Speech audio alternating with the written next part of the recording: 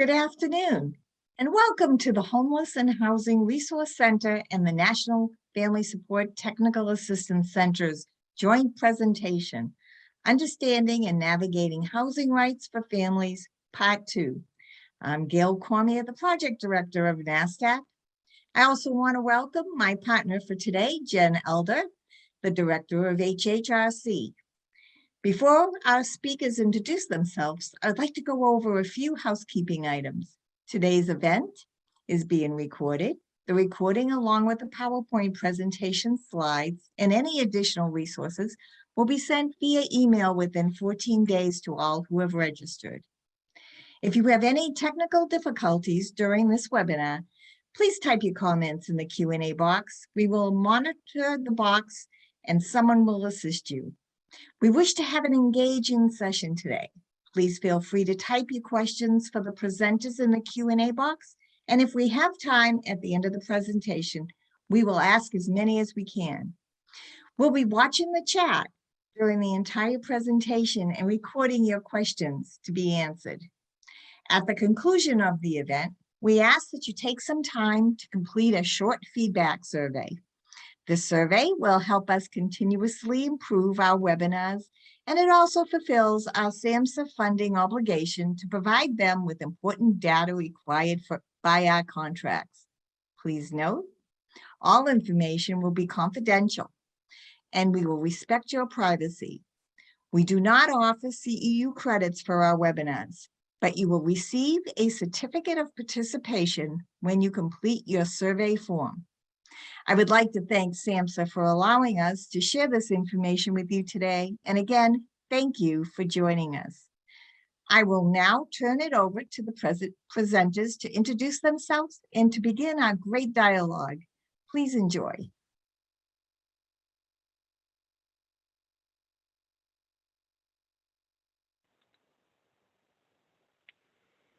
Thank you, Gail. I hope everybody can hear me. Good afternoon. My name is Alyssa Weber, and I am a staff attorney with Homebase, an organization focused on housing and homelessness in the San Francisco Bay Area.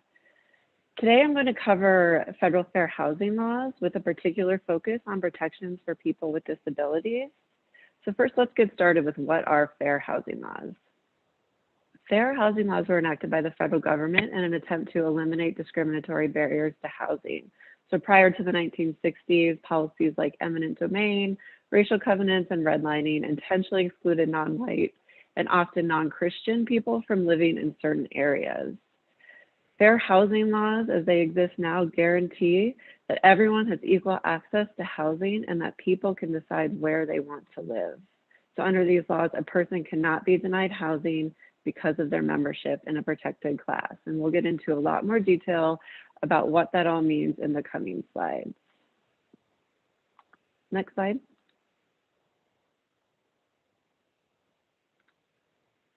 The main fair housing law we will be talking about today is the Federal Fair Housing Act. The Federal Fair Housing Act was enacted by Congress in 1968 and was amended in 1988 to include additional protections and enforcement mechanisms. The Fair Housing Act prohibits discrimination in renting or buying a home, obtaining a mortgage, seeking housing assistance, or engaging in other housing-related activities. So this means it prohibits discrimination in advertising of available housing, sale or rental of housing, terms or conditions of housing, such as leases, or termination of tenancy. These actions are prohibited if the discrimination is based on a person's protected class. So remember that discrimination is prohibited during any part of the housing process, including the application, tenancy, or eviction process. So for example, if a person with a disability is viewing a unit, if they are only shown certain units because of their disability, that would be discriminatory. Or if applying for a unit, a housing provider charges a fee, such as a pet deposit for a service animal, that would also be discrimination. These are occurring at different points during the housing process. And these are all considered discrimination no matter at what point they're happening during the housing process. Do keep in mind, though, that the Fair Housing Act does not prohibit general unfair or negative treatment. It really has to be connected to a protected class. So keep that in mind as we're going through this, but there is quite a bit that is considered discriminatory behavior if it is connected to that protected class. Next slide. So what are the protected classes when we talk about fair housing? Here are the 7 main categories protected under the Fair Housing Act. So the original act from 1968 included prohibitions on discrimination based on race, sex, color, national origin, and religion. And in 1988, the amendments to the act extended the Fair Housing Act to protect people based on disability or family status. And keep in mind here that this is really about the federal laws and the Federal Fair Housing Act. A lot of states also have Fair Housing Acts or similar legislation that include additional protected classes.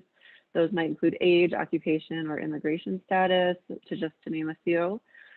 So it is always good when you're working with somebody and you suspect discrimination on what could be a protected class to also look at your state's legislation and laws related to any additional classes that may be protected.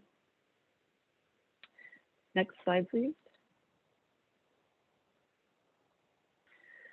For the purposes of the Fair Housing Act, what constitutes housing is actually very broad and applies to most types of housing. So here you can see quite an extensive list that includes houses, apartments, condos, manufactured or mobile homes, vacant land for residential construction, dorm rooms, nursing homes, assisted living facilities, and recipients of federal financial assistance. So that would include homelessness programs, public housing, or voucher programs.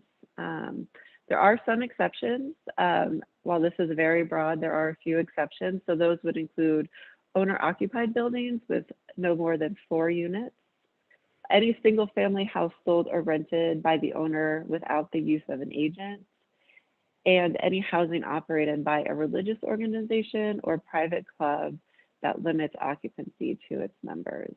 But generally speaking, most housing is covered under the Federal Fair Housing Act, and a lot, especially when we talk about multi-unit buildings.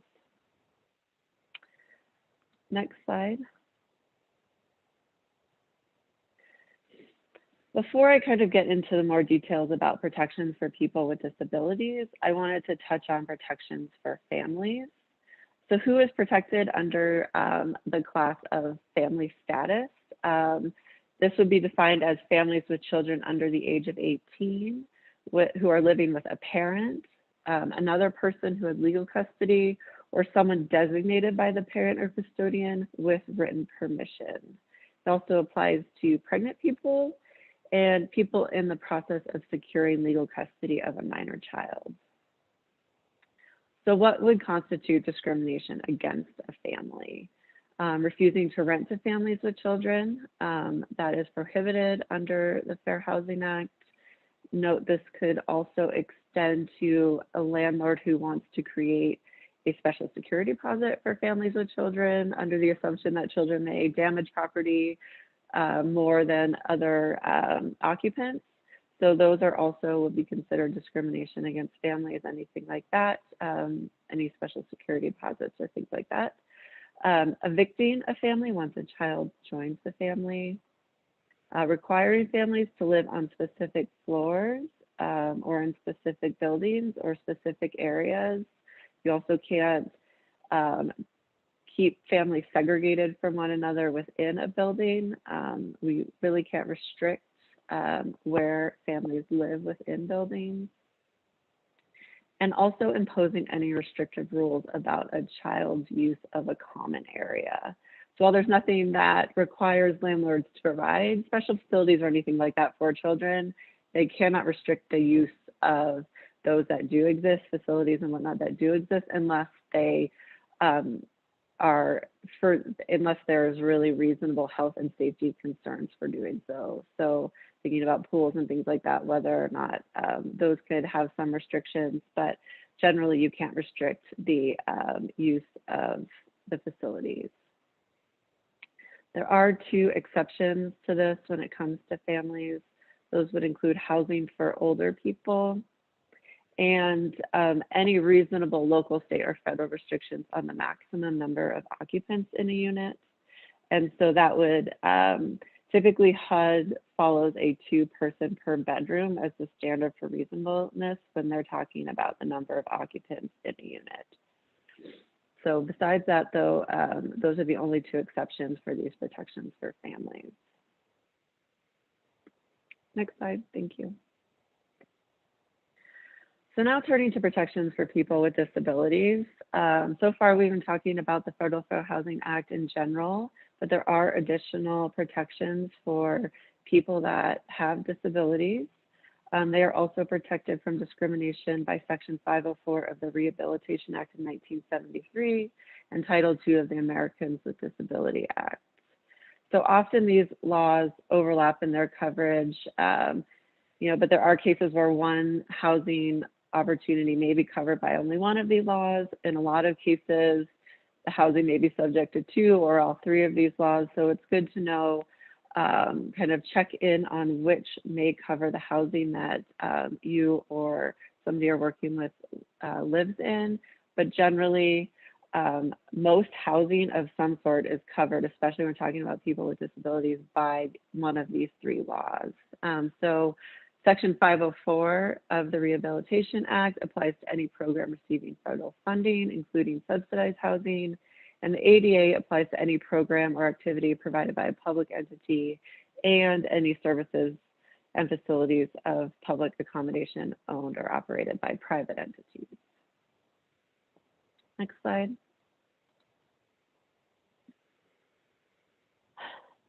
Disability is pretty broadly defined under the fair housing laws. So there are 3 kind of main ways that somebody could qualify as disabled under these laws. The first is if a person has a physical or mental impairment which substantially limits one or more major life activities. When we think about major life activities, those include functions such as caring for oneself, performing manual tasks, walking, seeing, hearing, speaking, learning, and working. So there are quite a few things that would be covered under major life activities.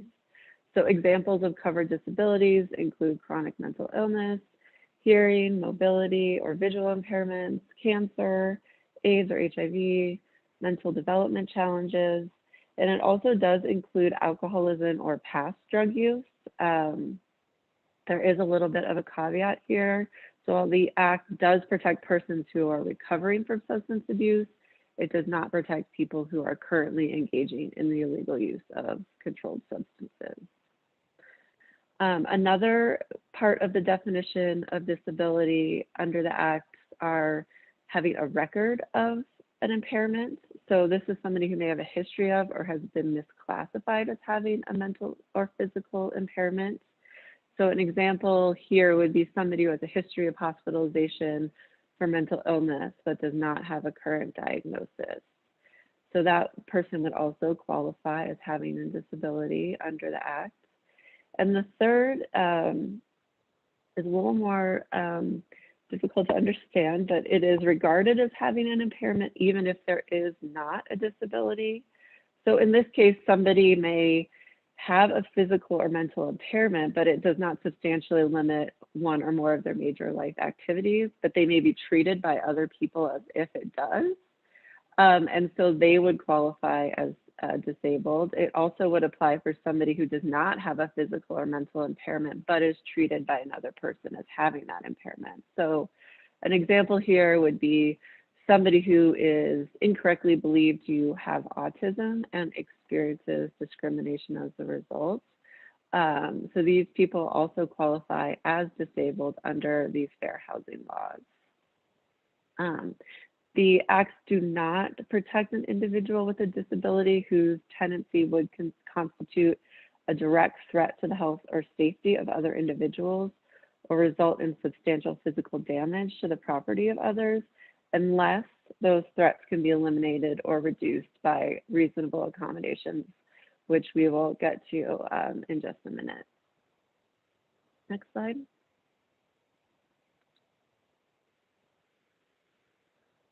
So what do housing providers have to do under fair housing laws? They cannot deny an individual housing based on his or her disability if that individual is otherwise qualified for housing. They must ensure that their programs are physically and programmatically acceptable or accessible to an individual with a disability. And they also must make reasonable accommodations to rules, policies, and procedures, or make reasonable modifications in physical structures to ensure that a person with a disability has equal access to housing, services, programs, or activities. So really here they need to be responding to requests, and we will get into a lot more detail about those reasonable accommodation and modification requests in the next few slides. Next slide. So what is a reasonable accommodation or modification? A reasonable accommodation is a change in the policies and procedures that govern the housing. So there must be a connection between the accommodation and the disability. And it must be necessary for the person to use and enjoy the dwelling and any related service. So there are quite a few examples of reasonable accommodations. Some would include allowing a service animal despite a no pet policy, reserving a parking space for somebody or their aide, moving from one unit to another without a fee if that accommodates their disability, or changing a rent due date depending on when benefits or something may be dispersed.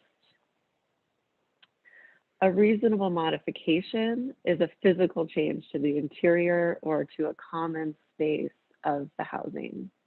And so this also must be related to the person's disability, and it also must afford the person full enjoyment of the premises. There are, again, a lot of examples of reasonable modifications, such as widening doorways, installing grab bars, installing ramps, lowering or raising heights of counters or switches, thermostats, things like that. Installing light up doorbells. There's many different modifications that can be made to accommodate disabilities that can be requested. Next slide. If some sort of change is needed, so if you think that a reasonable accommodation or modification would help with ensuring full enjoyment of housing, it is the responsibility of the tenant to ask for that modification or accommodation. So what do you need to do to make these requests? A request can be submitted at any point during the person's tenancy. It does not need to be in writing. And you don't have to use the term, I am requesting a reasonable accommodation, or I am requesting a reasonable modification. There are no magic words that are required to do this. You just need to make it clear that you are requesting an exception, a change or adjustment in order to ensure your full enjoyment of housing, and that it is because of your disability that you are requesting this exception or change or adjustment. The request can be made by a family member or someone acting on the person's behalf. And while it is not required to be in writing, it is always best practice to do so for your records. This is something that any attorney or would recommend, is always, if possible, to put something in writing when you're making a request, but it does not have to be so. There are cases where landlords might have in their policies certain procedures for how you need to submit a request. You can comply with those if they are appropriate to you. However, a landlord cannot refuse to consider your request just because it doesn't follow their formal procedures. So keep that in mind. Just because you don't follow a specific policy, if it does exist, it is still a legitimate request for accommodation or modification, as long as you follow include these elements in your request. So the elements you need to include are that you qualify as a person with a disability. You don't need to include any details about the nature or extent of the disability when making the request, but you do need to state that you qualify. And we'll get into a bit more about verification and these kind of requests in the next few slides. And then finally, you need to fully describe the required accommodation or modification that you need. best practice, what you should do is include the nature of the policy or barrier that is problematic, how it interferes with your needs, rights, or enjoyment of housing, and the specific change you are seeking in that policy or barrier. Again, you need to really be specific about what you need. In your request, you can't require the housing provider to assume what is appropriate. Again, in many, as I mentioned earlier, you don't need to indicate the even nature of your disability in these requests, so it may not be apparent to a housing provider how to accommodate you. So you need to be very specific about things that would help you when you're making these requests. Next slide, thank you.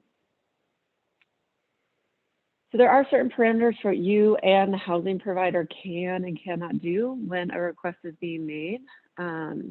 What housing providers can do when you make a request for both reasonable accommodations and modifications, they can ask for proof of a disability if it's not apparent.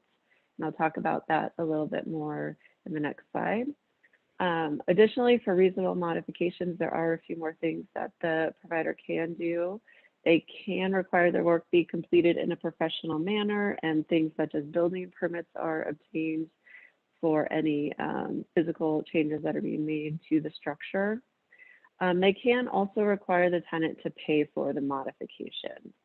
There are two exceptions for the requirements that tenants pay.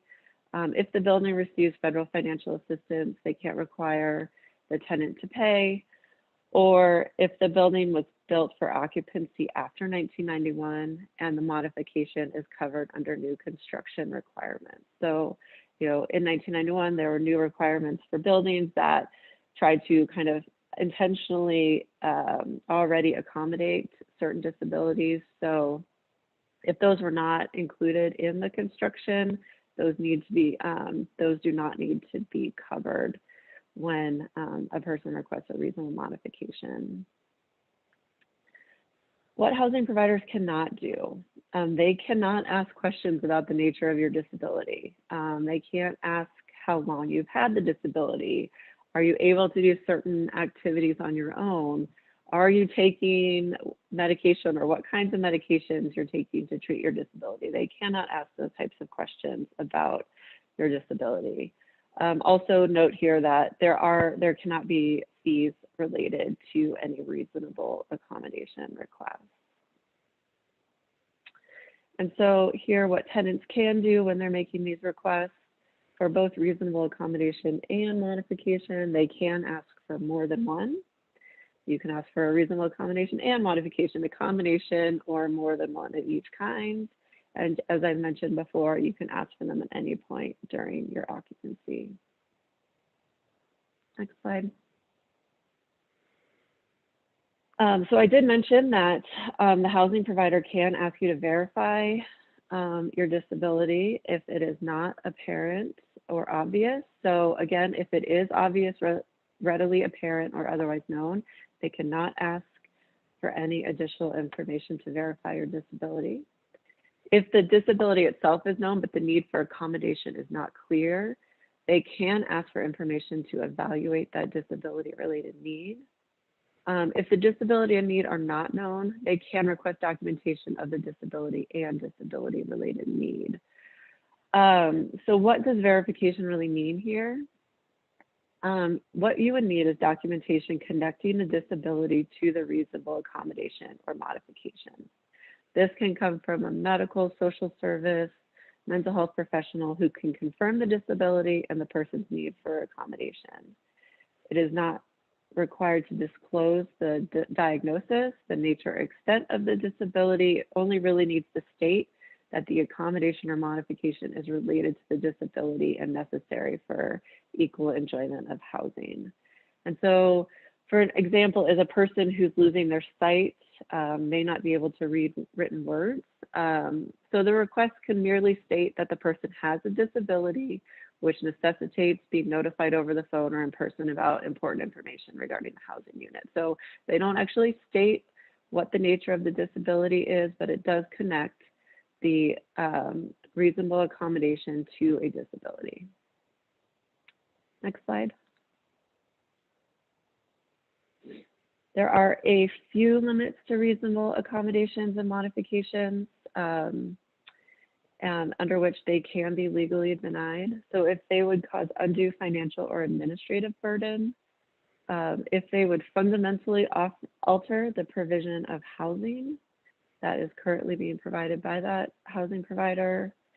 And then we have these last two here that kind of relate back to what I mentioned earlier, but these are more related to if the tenant is a direct threat or causes substantial physical damage, and those threats or damage cannot be mitigated by a reasonable accommodation or modification. Next slide. So what can you do if your request is denied? Housing providers are required to grant requests for reasonable modifications or accommodations unless they fall under one of the limits I just mentioned. If they don't respond in a reasonable time frame or don't respond at all, that is in effect considered to be a denial of your request. Or if they come out and actually deny your request, what can you do? You can file a complaint for discriminatory housing practices. Next slide. So how do you go about filing a complaint? If your fair housing rights have been violated and you have experienced discrimination, you can file a fair housing complaint at no cost. So the complaint can be filed directly with HUD through its Office of Fair Housing and Equal Opportunity. You can go online.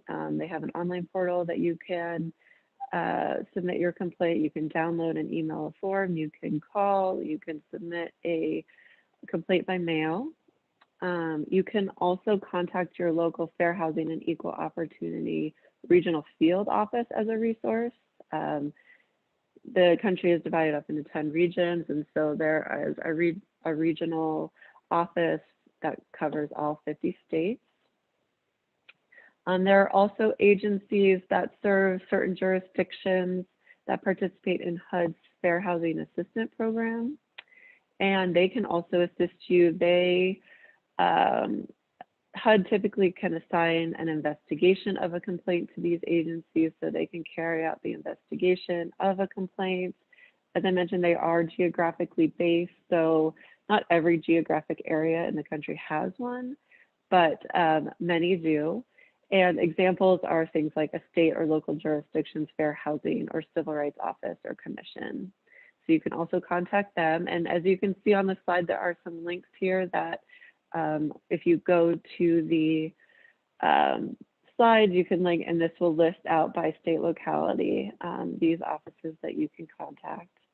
And then there are also Fair Housing Initiative Program organizations that partner with HUD to help people identify government agencies that can help handle your complaint.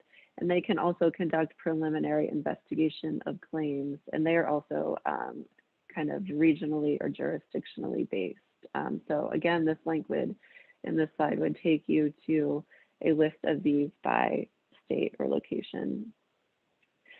And you can also contact your local legal aid or other housing advocates in your area. So with that, I will turn it over to Gail to cover this all from a family's point of view. Good afternoon, everyone, and thank you, Elisa, for that wonderful view of housing from housing perspective for housing rights. So now I'm going to talk about it from a family point of view. As a family-run organization that provides family support to families, and we handle all kinds of issues, and housing is one. Next slide. Let's look at the national homeless rate. More families experience homelessness in the United States than any other industrialized nation. Wow, that's a lot. You know, we here in the United States should be taking care of our own, but you know, we're gonna get there. A typical homeless family is comprised of a single mother with her 2 children. 1 in 30 American children experience homelessness annually, and 51% of this number is under the age of 5, school-age kids. And then more than 2.5 million children are homeless each year in America. Next slide. Well, I'm located in DC, and let's talk about DC. Family homelessness is real. In DC, the total homeless population is 6,380. That's everyone. So you start breaking it down by household, experiencing homelessness. Well, it says 767, but I got the updated number today, hot off the press, 1,240 families. So of this, that breaks down to 405 families. Family, remember, is a single mom with 2 children. Veteran experiencing homeless, 302. Person experiencing chronic homeless, now these are folks who've been homeless more than a year and still continue to be homeless, experiencing homeless, living on the street, going in and out of shelters, that's 1,452.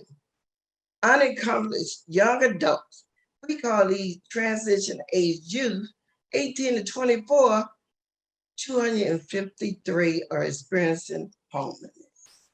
Next slide. I know families have few choices of where they live.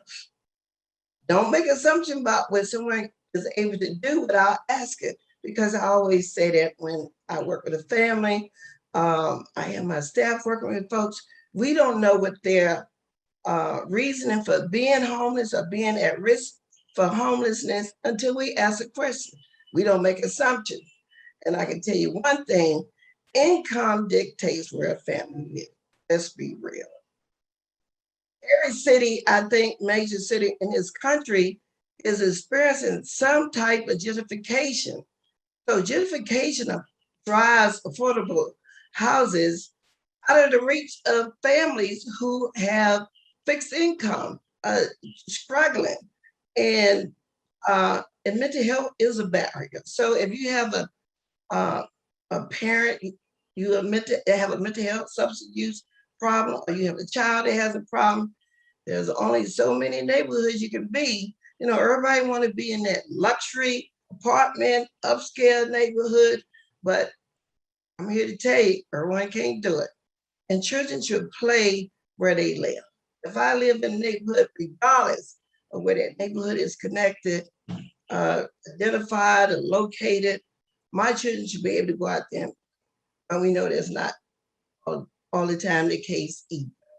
But we're going to keep going. We're going to try to do this, try to make sure that families are recognized as needing the appropriate housing in this country. So it's going to take all of us. Next slide. Let's talk about the parents who have a child with mental health. Challenge can be a challenge in and of itself. Landlords don't care about knowing that you have a child with mental health. We already heard that from Alyssa. You're not supposed to disclose that, and landlords should not be asking. So, and get this, families don't want to be judged, and they already experience enough stigma. They don't want to be stigmatized when they know they have a child that has behavioral health problem. They don't want to tell that to the landlord while they're trying to get a better place to live. They try to keep that as a secret. And why should you? Because landlord don't care. Landlord care about getting paid for rent. That's their number one priority when you come in there and say you want to rent their property. There is little or no privacy when your child act out. Everybody know you. Oh, that's Miss Avon. The police come there all the time. The boys always running away. Everybody know you. It's no secret. And like I say, with the daily challenges individuals have, it's not good to have added on recognition or notice that you have a child that has a problem, and destruction of property can be real. Let's just say that, because if you have a child that has mental health issues and the child is easily triggered meaning that they have outbursts, and a lot of time I work with kids, even my son, I have a son that have mental health issues. Here's the thing with him. If I say, clean your room, that was the trigger for destructive behavior. He tore the room up. I'm telling you, he threw all the furniture out the bedroom, through the TV, the dresser. It was kind of comical, but it wasn't comical because he broke my window. And he he was so bold. He said, look, guys, I told you I run this household. But that only lasted until the police got there. He didn't get arrested, but he know not to do that again. Next slide. So I'm saying, partner with peer support. That's the best partner you can have. They will help empower the families and the youth to navigate housing system. You know, I say everything is a system, everything, and you have to know how to go through the system, and you have to partner up sometimes with somebody who can help you be calm when you go through those processes, know some shortcuts. Either they know how to do it a little bit better than you, and they have the time. And we support families through transition through the different levels of homelessness. So usually, there's eviction from property where you live in. Then you trying to find shelter. So if you have children, it's easier to find. So you go in for DC, everyone was going into the hotel. And so, and the children had to play on concrete. There was no playgrounds in the area. There was restriction on what the family could do. They kind of like, for lack of a better word, they piled the families into the room. So there was a room with the moms, that girls, and the boys had a room by themselves. And peers are good listen. So we know it's a challenge to try to be a parent and parent your children while you homeless. Without the other everyday stresses. Being in a hotel trying to raise your children is not the way to go. Children don't like being identified and living in those hotels. There's more absences in attending school when you tend to live in those hotels. So that's where the peer support workers come in and become good listeners. We hear all of this. Then we take it and say, you're not alone. We're here to help you. We're going to help you navigate through these systems to get out of this temporary placement as soon as possible. We help families remain in the housing. I know one quest is that if you like where you live, then we're going to help you stay where you live. If you don't like where you live, then we're going to help you find another place where you can find maybe a little bit better neighborhood, because I don't think it's a pristine neighborhood in this country. And we help prevent the risk of homelessness. So that may mean that you may be behind on your rent. We help you get services and resources to catch the rent up. If you got to come, you have a challenge with the landlord, we help that so you don't have to be homeless. And we help you support your child that maybe have a disability or mental health so that you can adhere to the rules of their property and stay in place. And we help families and children become resilient. We want you to stay in your neighborhood. We want those children to understand how to get those bonding relationships, also be in the neighborhood school they want to be in. And it might be a location where the parents is close to where they work. Next slide. Can't say it anymore. Peers help family prevent homelessness. We help you look for that affordable housing which is overwhelming for family. It's overwhelming for me. Finding affordable housing is a daunting task. You know, it's a secret. Is there a secret? It's only a secret on where you can find a good landlord, or you can find a reasonable location to move in near a good school, because schools are important. You know, if you don't have transportation, you kind of want that place where you live near that public transportation or those metros. And then there's, because of COVID, and we're still coming out of COVID, there's a lot of places have limitation on viewing properties in person.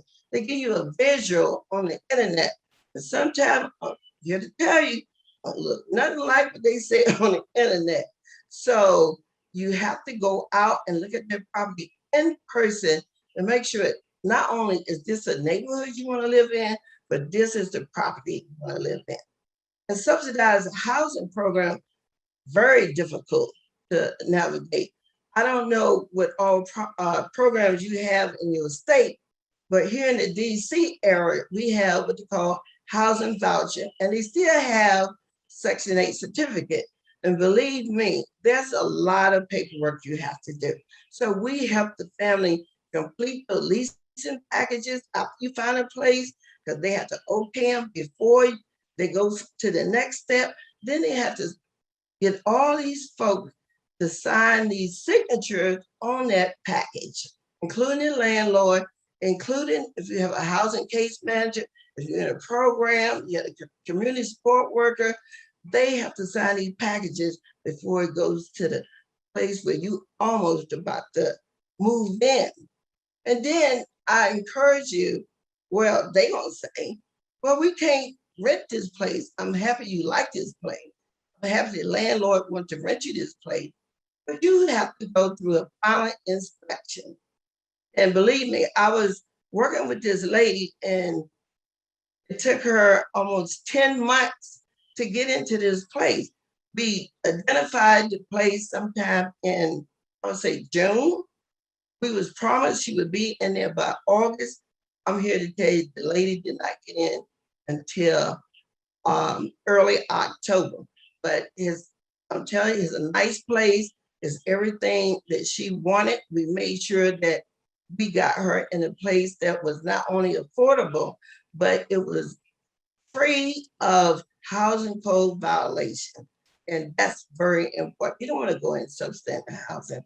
It's just like a revolving door. Once you get in there, you seem like some family believe that's all they can get. But I'm telling you, connect with a peer support worker. We make sure we will have work with you to make sure that you get the best opportunity to get in the best location for you and your family. And property developer, how many people can look around and see all the new construction that's being done around town? But I'm here to tell you, they making smaller rental units. So a lot of families that have large family, 6, 7, 8, 9 kids, and they want 5 and 6 bedrooms, it's very difficult to find in those good neighborhoods, but you may still be able to find some in those neighborhoods that a lot of people don't want to be in, because they want to make sure they are in some property where they truly can feel good about moving around in that community, and the family can feel good that their children is going to be safe. Next slide. Can't not stress this enough. Please read the rental agreement. Read those leases. I'm gonna tell you, I was guilty of this too. Because when I got my first place, I was so happy. I said, where do I sign? Where do I sign? Not reading anything, because I was so happy to get a place for me and my daughter to live. I didn't read the rental agreement. There's a whole lot of stuff in there. It could have been detrimental to me and my daughter had I violated some of those rules in that agreement. Next slide. please, as a peer support worker, as a friend, as a family member, help remind your parents, your loved ones, read that lease before signing. Leases are like a contract. Once you sign a contract, it's hard to get out. You don't want to spend all your time going to court trying to say, well, the reason I ain't paid the rent because I got a housing code violation. And the judge gonna say, did landlord make an effort? And he gonna say he does, he did, but you know, that may not be. But he gonna say that. So read those leases, make sure you understand what the leases, each of those lines in that lease is saying, and do not sign off on repairs if they're not made. You know, like I say, I was happy, but this was a new building that I was moving in, so it wasn't any housing code violation, but I should have been more conscious and visual of looking at even inspecting that apartment. I didn't care. I just moved in. I need a place to stay. I was tired of being where I was, you know what I mean? And read the late fee clauses. I'm gonna tell you, they can be very costly. You know, if the rent is due on the 5th, I think by the 6th, that's, you know, tacked on $40, $50. Don't let it go 10 days past that. And please don't let it go 30 days because you might see yourself in court. Now you talking about some more fees. So please read those clauses for the late fee. Make sure you understand what your obligations are and how much you have to pay if you are late. I would suggest if you're going to be late, let the landlord know ahead of time so at least you still pay the late fee, but he'll understand what the concern is. And if you need extra help, then the peer support worker is there to assist you. So there's consequences for destruction of property. You know, I had a lady call me and say she was homeless for 2 years. So she moved in this beautiful apartment and she was so happy about it. You know, her nephew got out of prison, so he needed a place to stay for a short period of time. So she thought, well, you know, I can help him. You know, I give him a second chance. He said he wanted to do something with his life. I have a place, I got room, I let him come in. Well, they got into an argument, what can I say? So here comes the lease.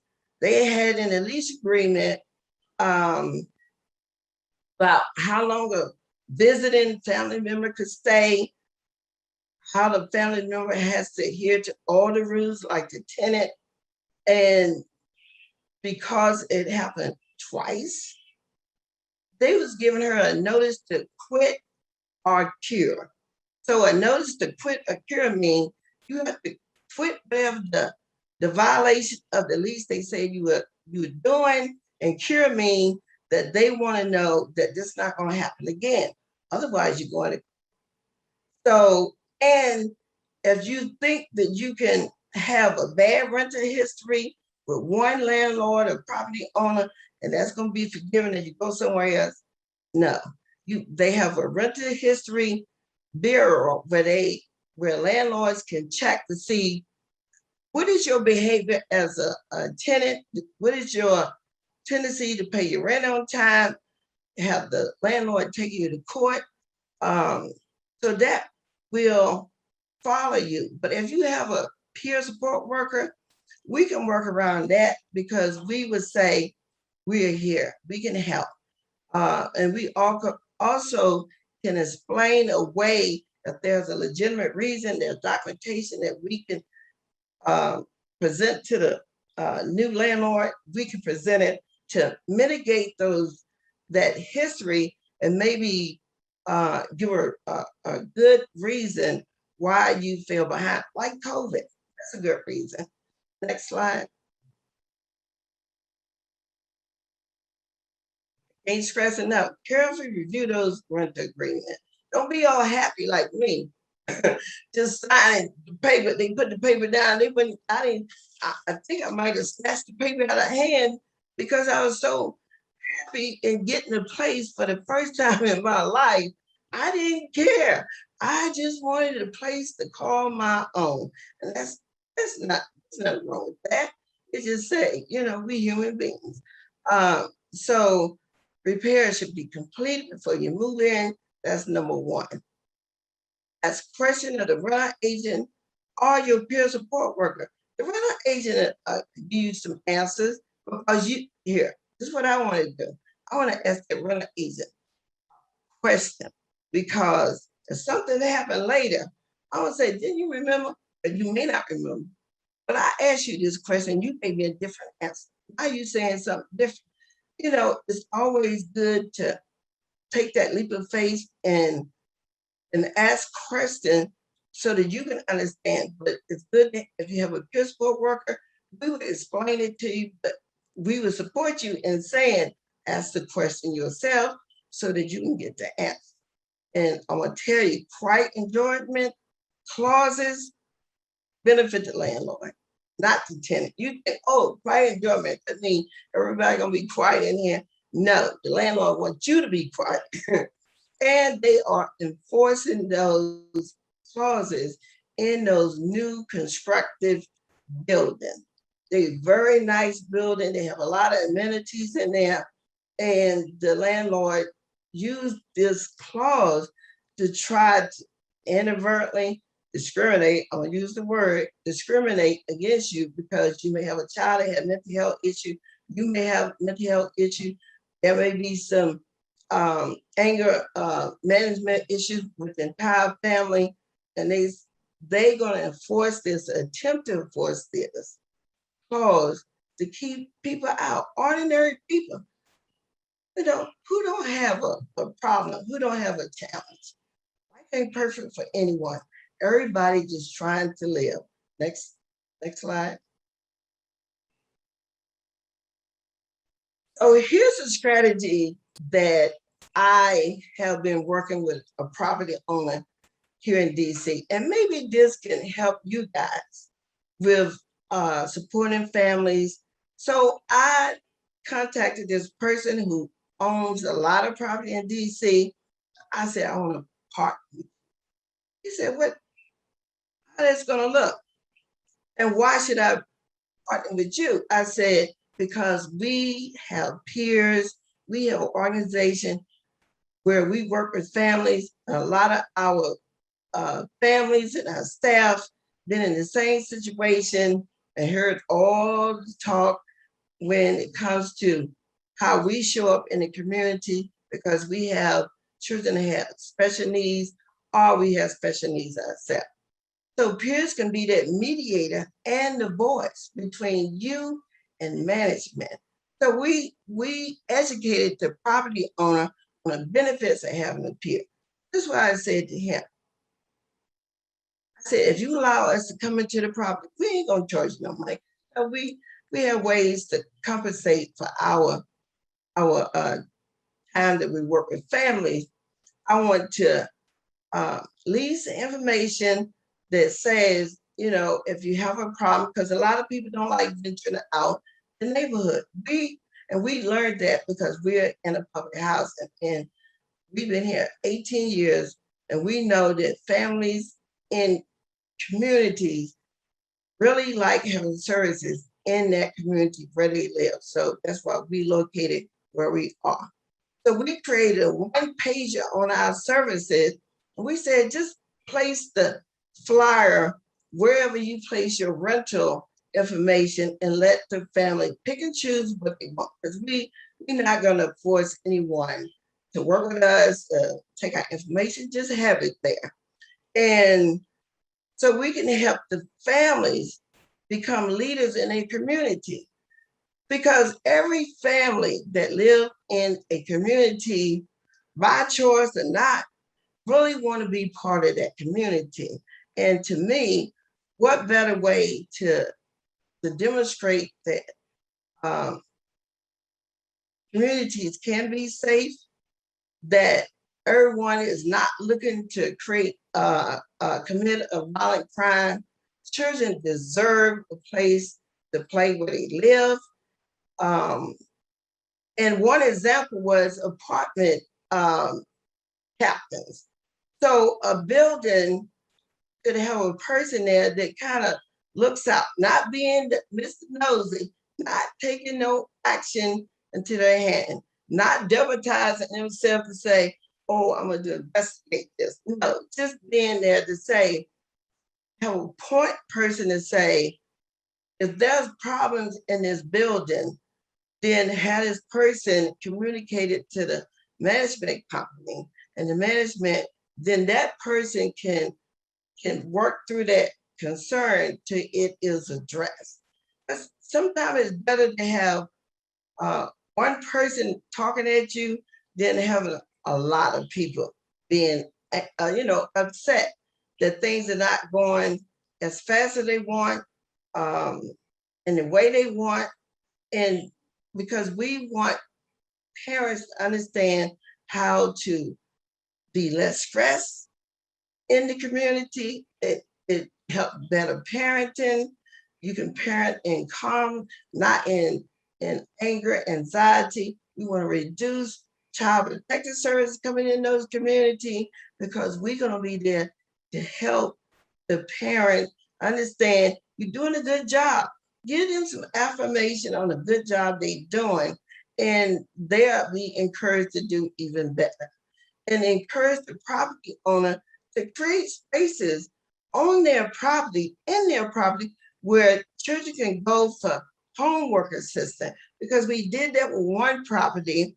They had a little small community room, and we went into the community room around, I think it was around 5 or 6 o'clock in the evening, where the children could come, get homework assistance, and they can get a snack. Because a lot of kids hungry when they come from school. So if we gave them a snack, that will hold them until they can get a meal at home. So think about it. It's worth a try.